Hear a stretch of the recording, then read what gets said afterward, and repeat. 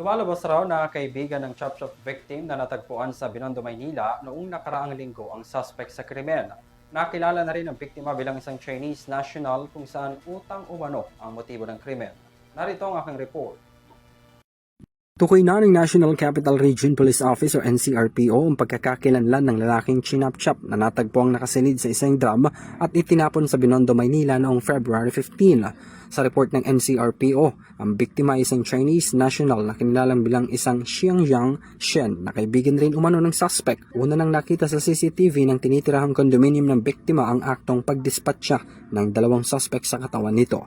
Sabi ni NCRPO spokesperson Police Major Hazel Esilo, nakaregistered sa parehong pangalan ng suspect at biktima ang condominium kung saan utang sa pera ang tinitig ng motibo ngayong krimen. Nakatulong sa pagtukoy ng pagkakakilanlan ng biktima ang live-in partner ng principal suspect na nakatira rin sa condominium unit kung saan nangyari ang krimen. Siya rin ang tatayong witness sa kaso.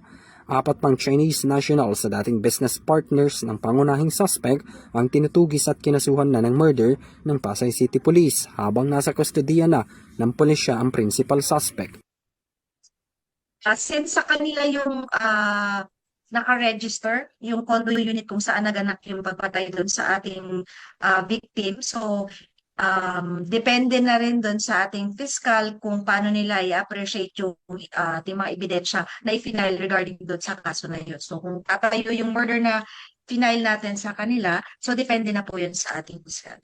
Matatanda ang una nang naaresto ang suspect at isang translator sa kaso ng Chop Chop murder case at kasalukuyang nasa kustodiya ng Pasay City Police.